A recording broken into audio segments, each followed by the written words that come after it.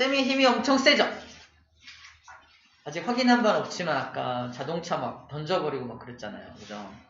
확인한 바는 없지만 쌤이 갖고 있는 힘이 지금 느껴지나요? 보이나요? 맞습니다. 힘은 눈에 보이지 않습니다. 그죠?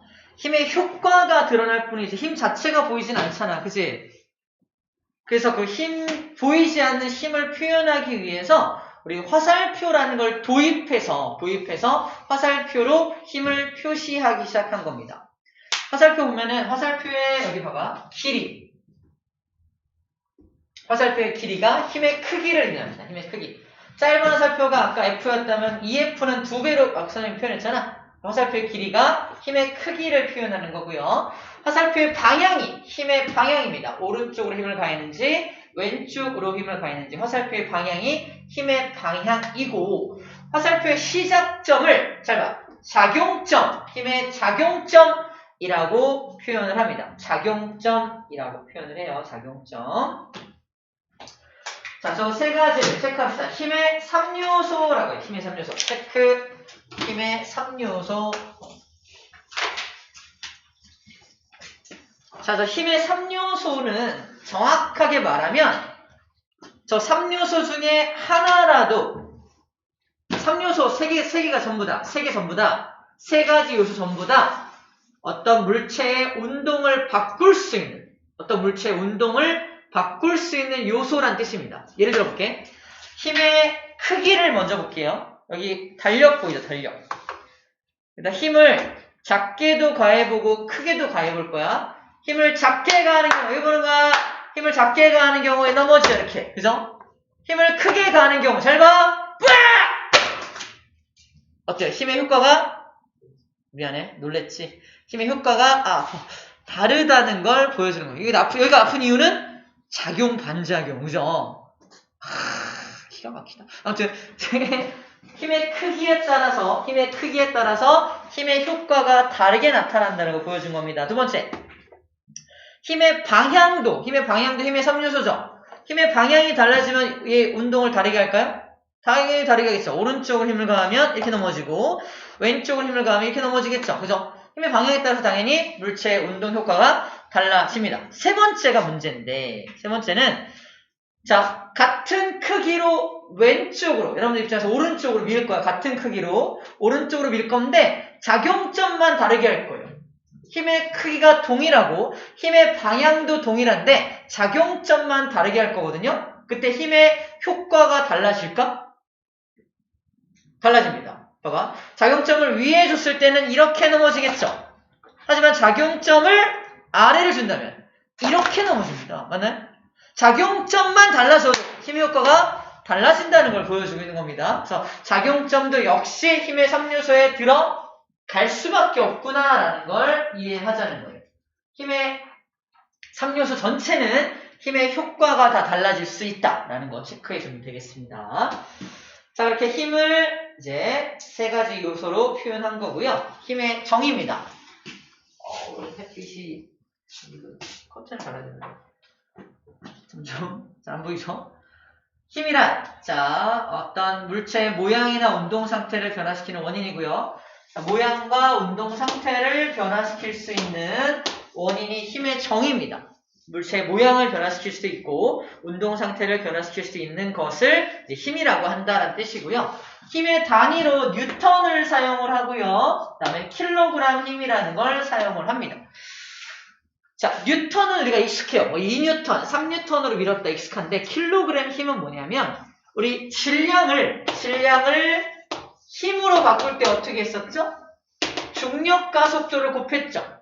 그래서 킬로그램 힘이란 저 F가 뭘 의미한다? 지구에서 작용하는 지구의 중력을 의미하는 거예요. F가. 그래서 중력 가속도를 의미한다라고 생각해도 됩니다. 그래서 킬로그램에다가 F를 곱한 값, 킬로그램 힘, 킬로그램에다가 F를 곱한 값이 곧 뉴턴과 같다라는 말을 하고 있는 거예요.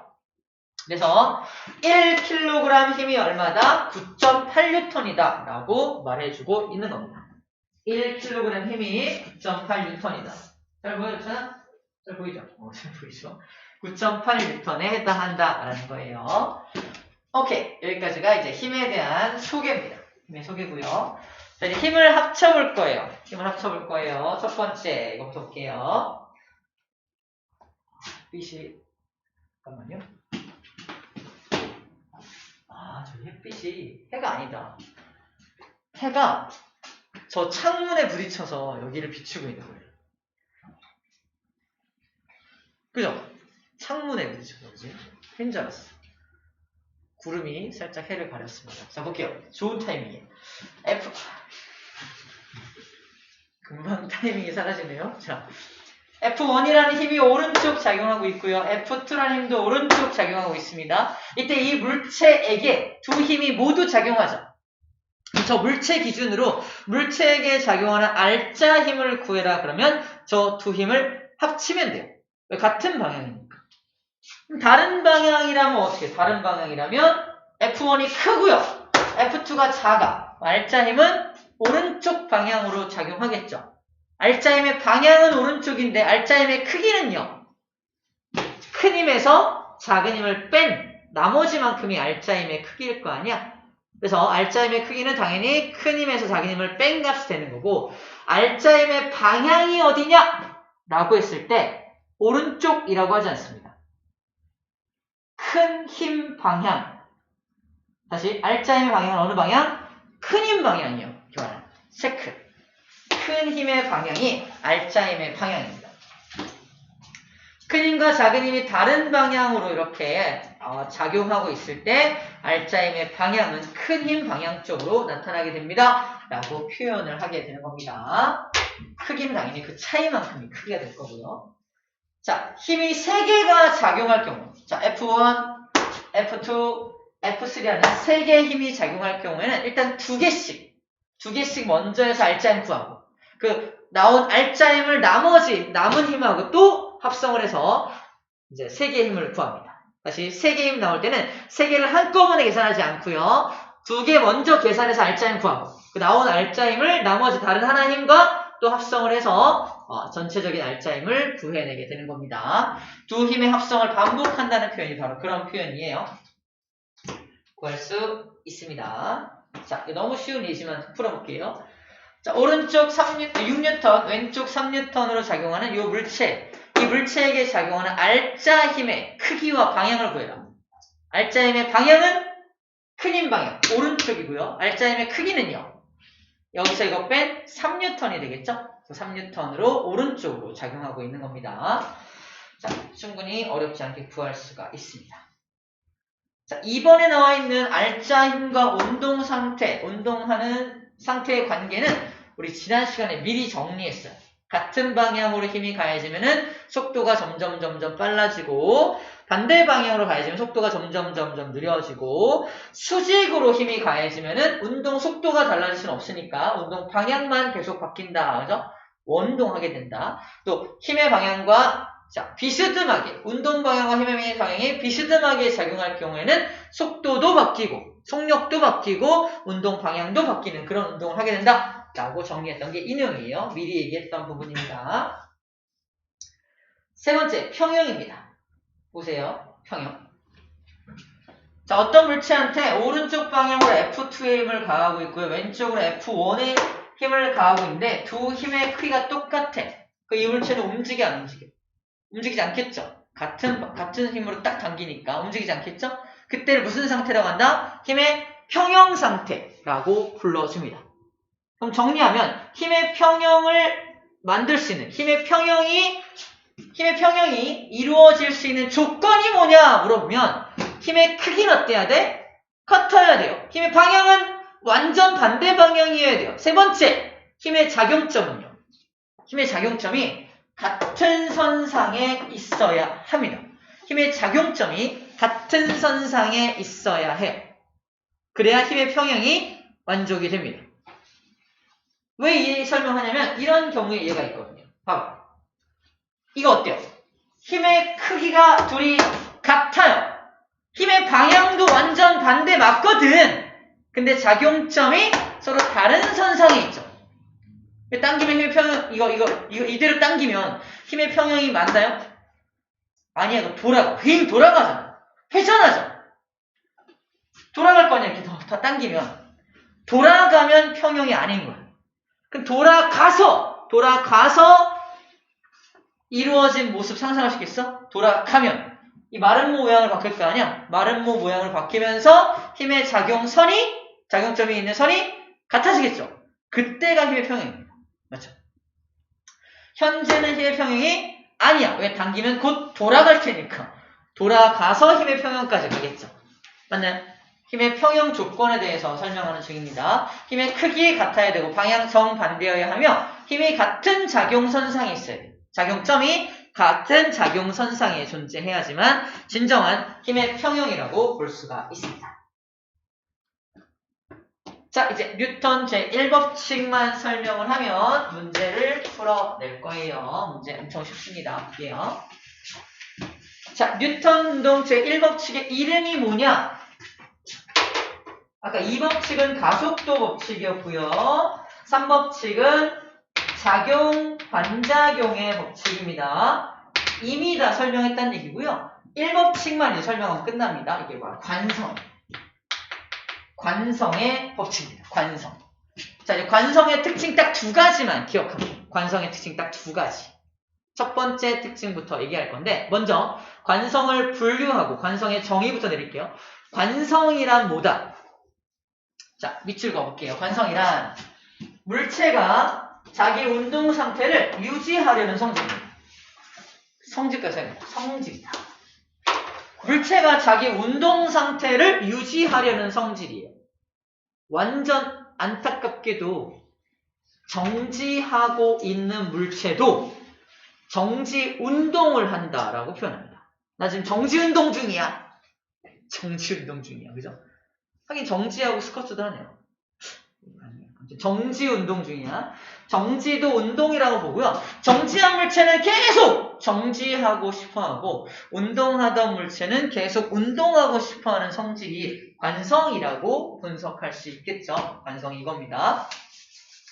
근데 그 관성이란 녀석은 크게 두 종류로 분류가 돼. 방금 얘기했죠. 운동하던 물체는 계속 운동하고 싶어하는 관성. 운동 관성입니다. 정지하고 있는 물체는 계속 정지하고 싶어하는 관성, 정지 관성을 가지게 되는 거예요. 체크 두 가지죠. 정지 관성과 운동 관성 둘로 나누어지게 됩니다. 네, 정지 관성부터 하나 예를 들어볼게요. 보세요. 자.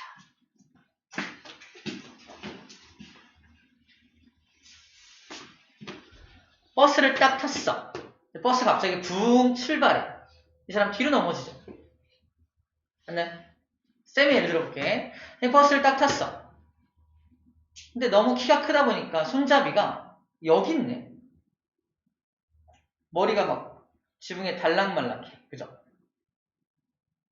여러분 이해가 안 되나요? 어느 분이 이해가 안 되죠? 그래서 손잡이를 이렇게 잡고 있어, 쌤이. 이렇게 앞으로 잡고 있어. 상상됐어요? 맞죠? 얘네 눈앞에 있네, 지금. 눈앞에 있네. 나도 눈앞에 있는 거야. 그 상황이야. 키 엄청 큰 사람이 이 사람. 쌤이 이러고 다니는 줄 알아요? 끄덕끄덕. 나와. 아이씨, 높아, 이씨! 이러고 다니는 줄 알아? 아니거든요? 아무튼 이렇게 타고 있는 거야. 딱 탔어. 현재 선생님의 상태는 정지 상태. 버스가 붕 출발하죠.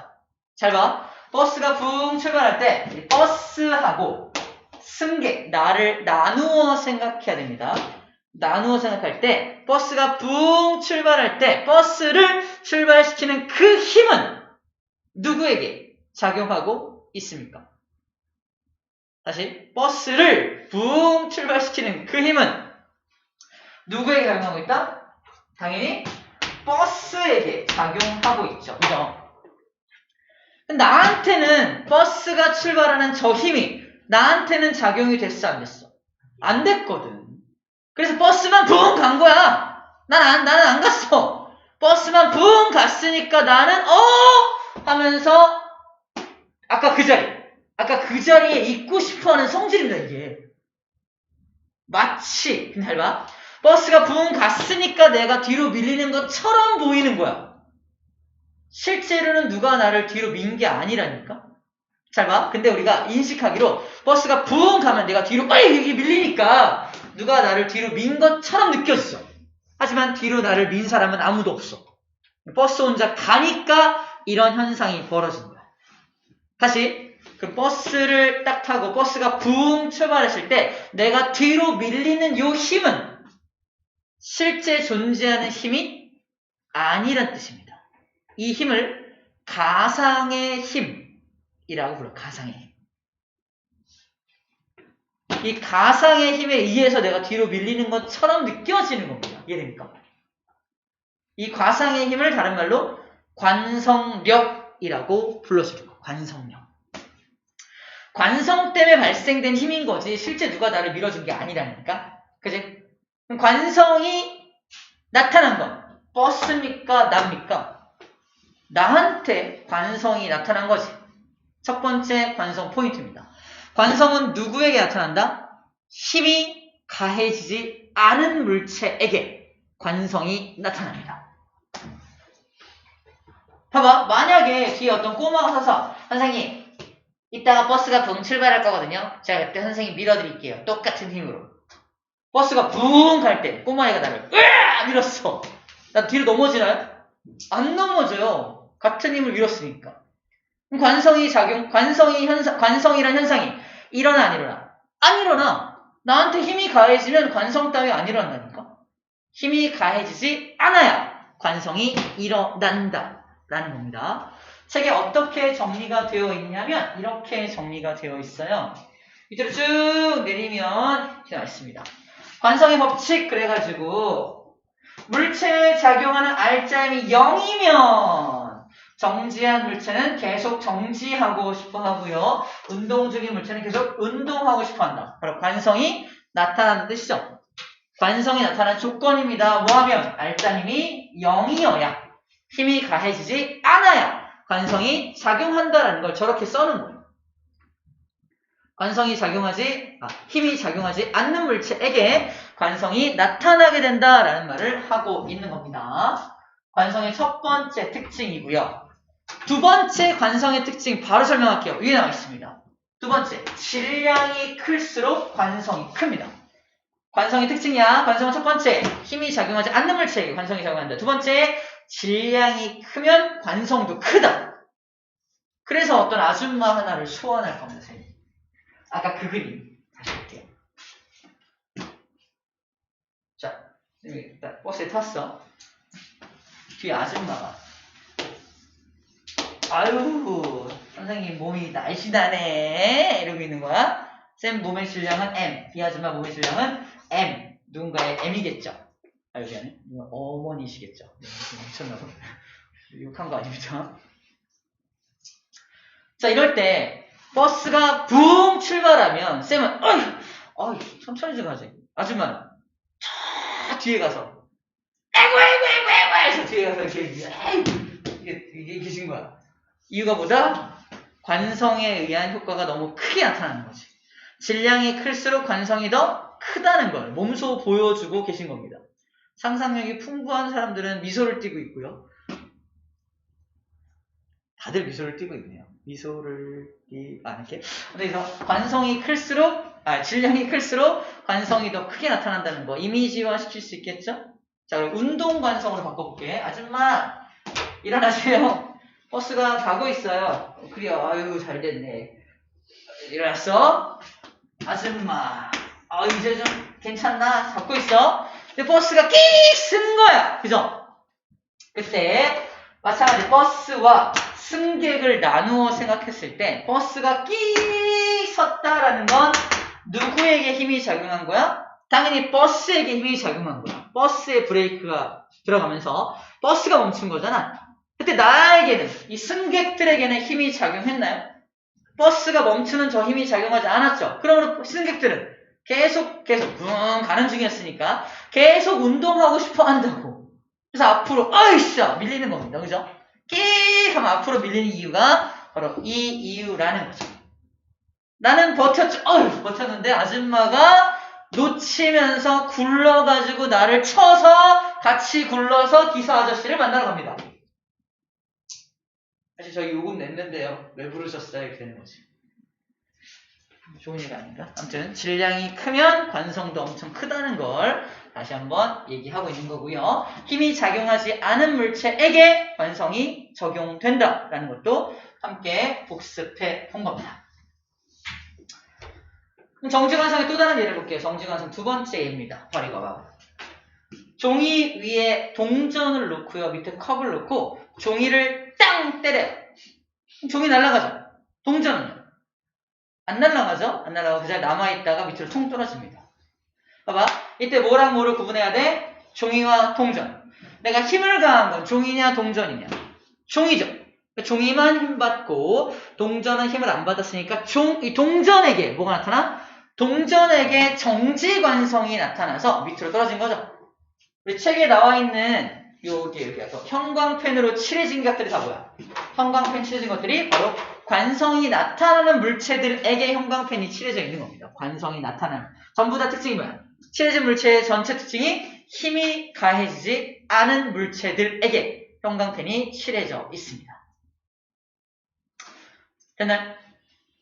세 번째 얘가 시험 문제 더 잘 나오죠. 보세요. 일단 손을 없다고 생각해요. 손이 없다. 상태에서 지금 A라는 실에 추가 매달려 있고요. 추 밑에 B라는 실이 매달려 있는 거야.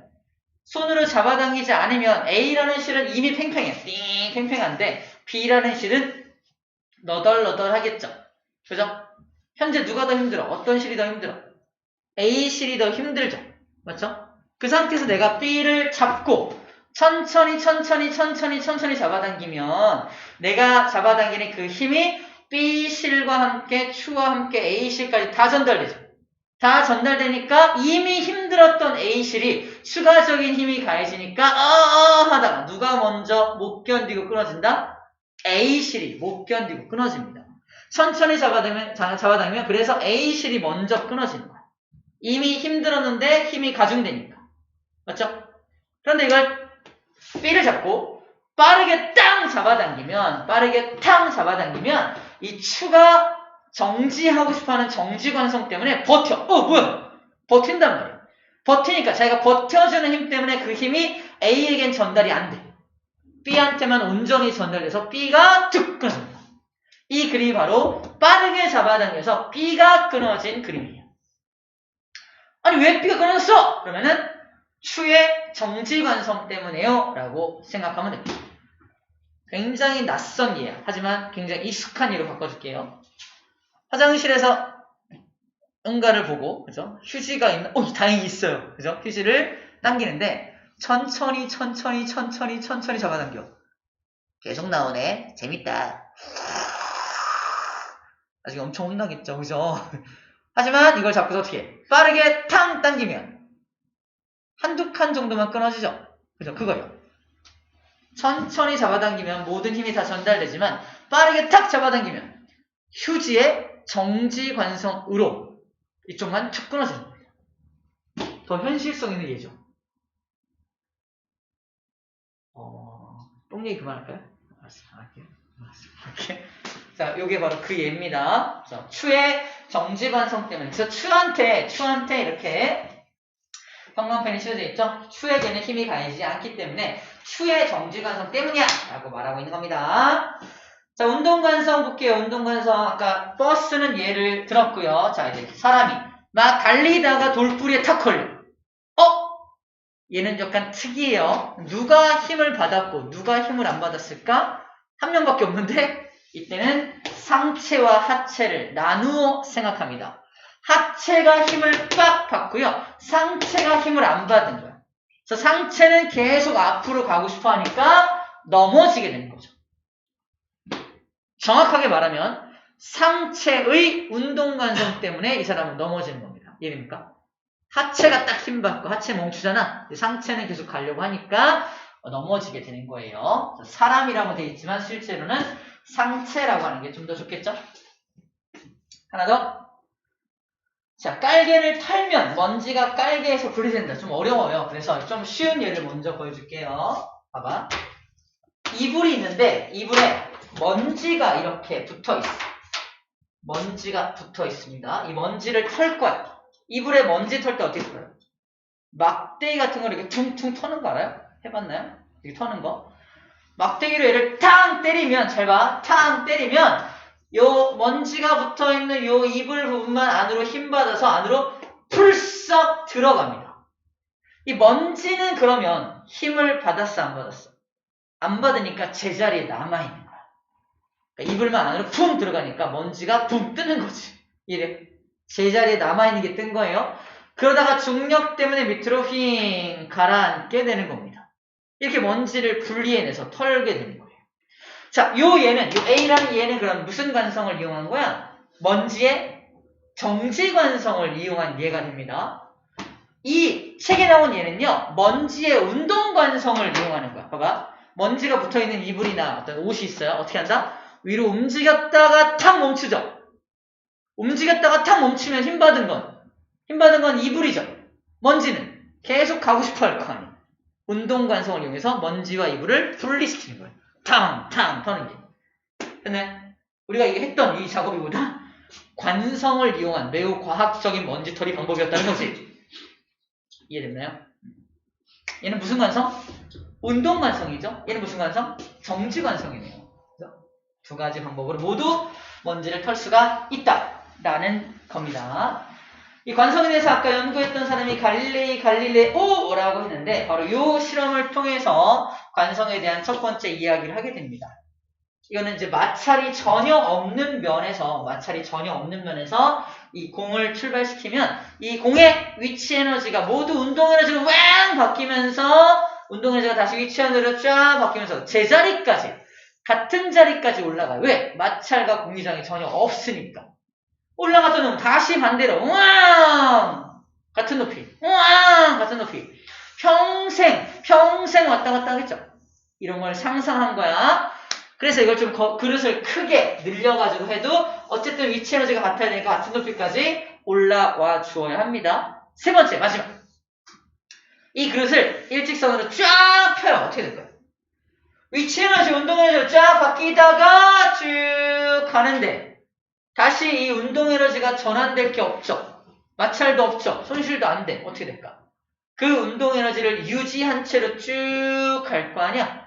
그래서 속력이 유지되면서 쭉 앞으로 가고 싶어 하는 겁니다. 그걸 우리 갈릴레오는 뭐라고 말했다? 관성이라고 이름을 붙였던 거지. 계속 가고 싶어 하는 성질. 운동 상태를 유지하고 싶어 하는 성질. 관성이라고 이름 붙였던 겁니다. 근데 이 실험이 지구에서 실험이 가능했을까? 우주에서는 가능할 수 있죠. 하지만 갈릴레이 시절에 우주로 갔었나? 못 갔거든요. 그래서 갈릴레오는 무슨 방법으로 실험을 했다? 생각으로 실험을 한 거예요. 그래서 여기 뭐라고 써있어요? 사고 실험이라는 뜻이 이게 액시던트가 아니라 사고를 일으켰다는 게 아니라 thinking이죠. 생각을 했다. 생각으로 한 실험이다. 라는 뜻이 됩니다. 됐죠?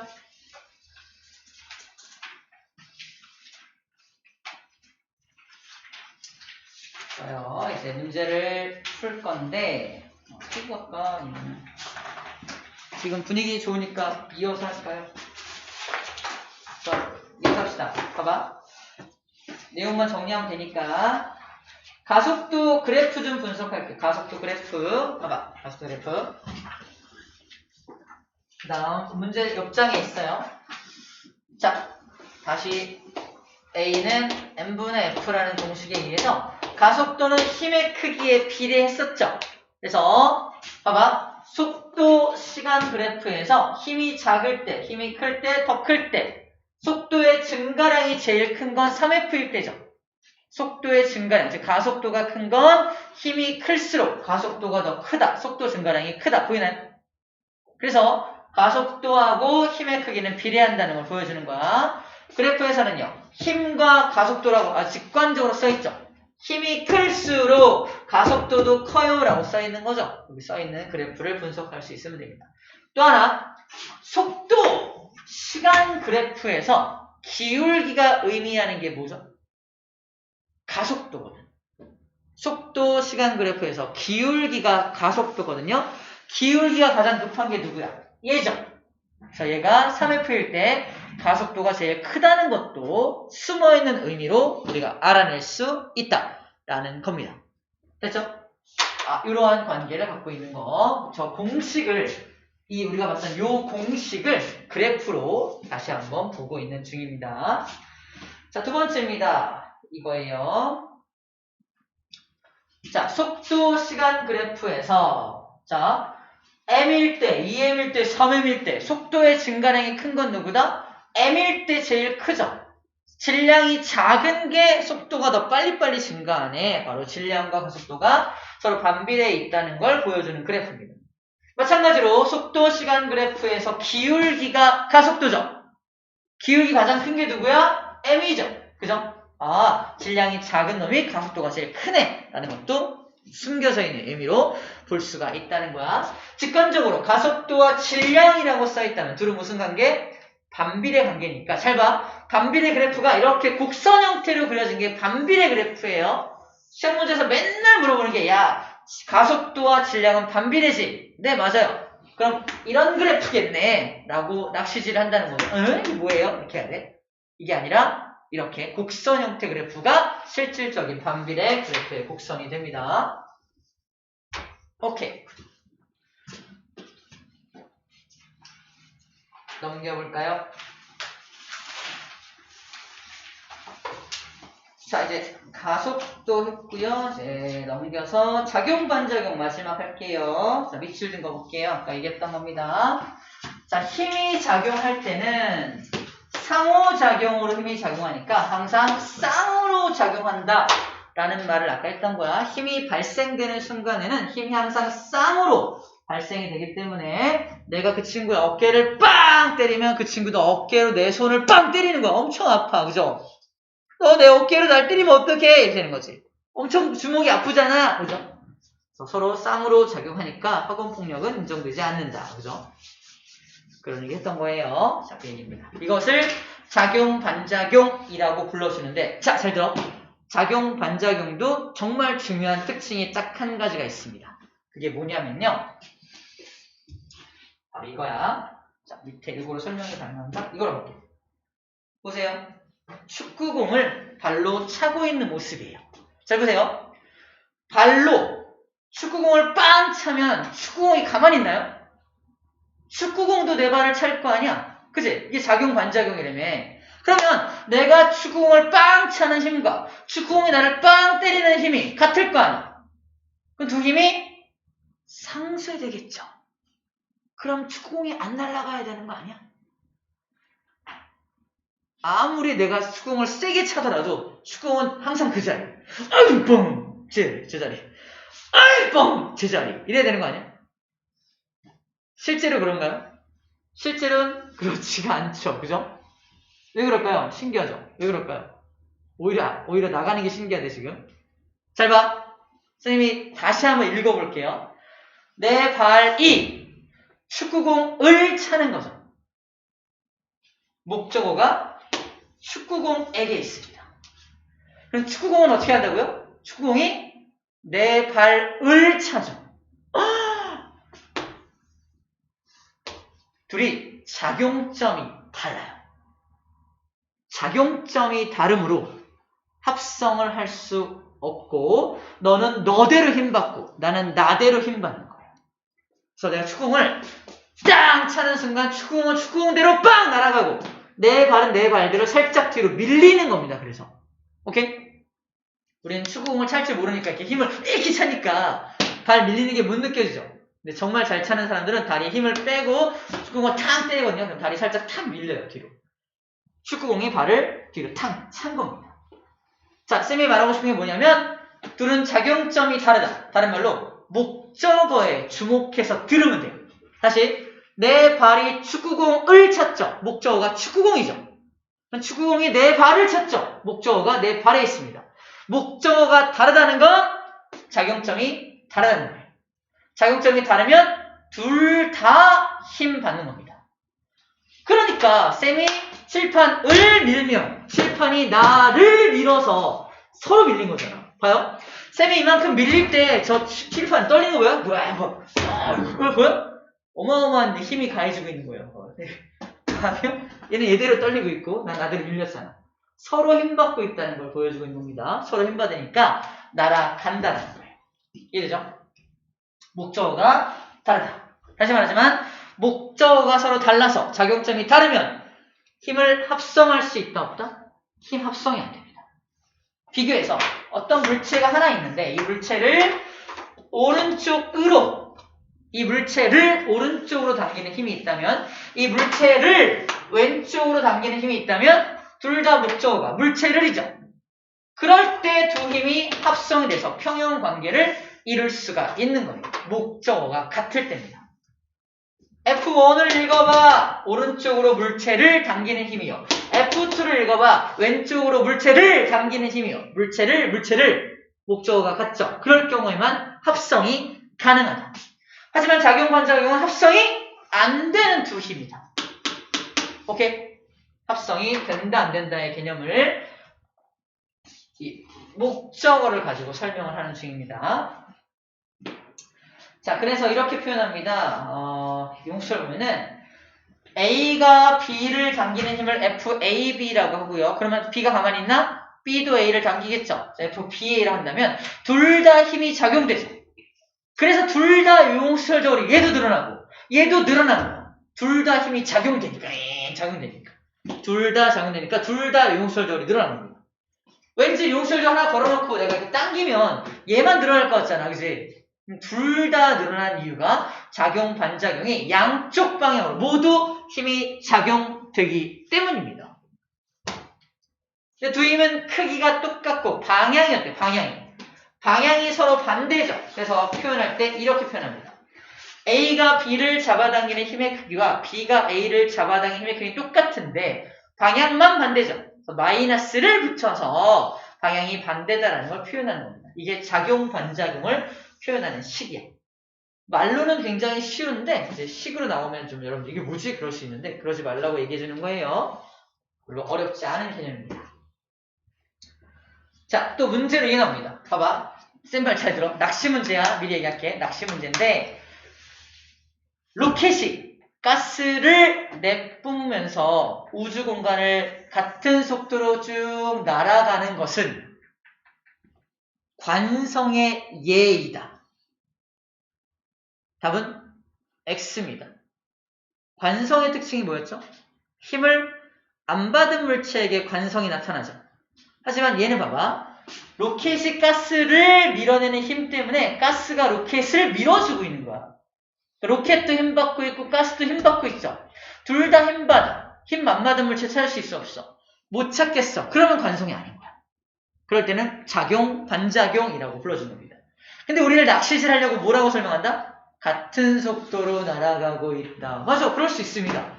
같은 속도로 날아갈 수 있잖아. 그지? 하지만 힘 안 받은 물체가 없으므로 얘는 작용, 반작용입니다. 라고 해주어야 합니다. 자, 마찬가지로 수영 선수가 발로 벽을 밀면 벽이 얘를 밀어줘서 튕겨나갈 수가 있는 거죠. 작용, 반작용의 예고요. 우리가 땅을 딛고 뛰거나 걸을 수 있는 이유도 작용, 반작용입니다. 내가 땅을 차니까 땅도 나를 차줘서 앞으로 갈 수가 있는 거예요. 그 다음에 잘 봐 이거. 내가 노를 잡고 있죠. 노로 물을 밀면 물이 나를 밀어? 아니 노를 밀어요. 그죠? 노로 물을 밀면 물이 노를 밀지. 그죠? 노가 밀리면서 나와 함께 밀리는 거야. 나와 노는 한 몸인 겁니다. 그죠? 잡고 있으니까 꽉 잡고 있으니까 이렇게 밀리면서 앞으로 가게 되는 거지. 작용, 반작용의 예야. 됐죠? 힘을 안 받은 물체가 있는지 찾으면 됩니다. 그 다음에 지구가 달을 당기면 달도 지구를 당기잖아. 서로 당기고 있으니까 이것도 작용, 반작용의 예에 해당하게 됩니다. 마지막.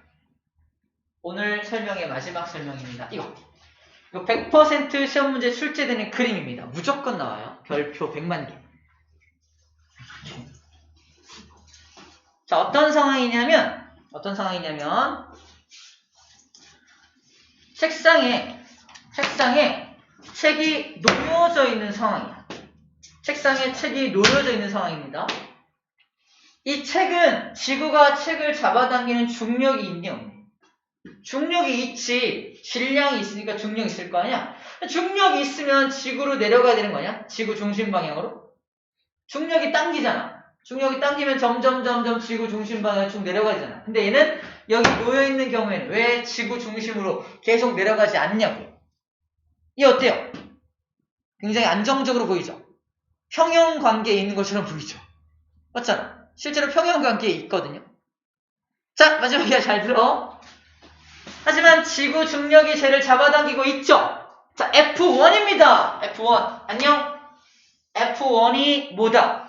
지구가 책을 잡아당기는 힘입니다. 다른 말로 책의 중력이라고 표현돼요.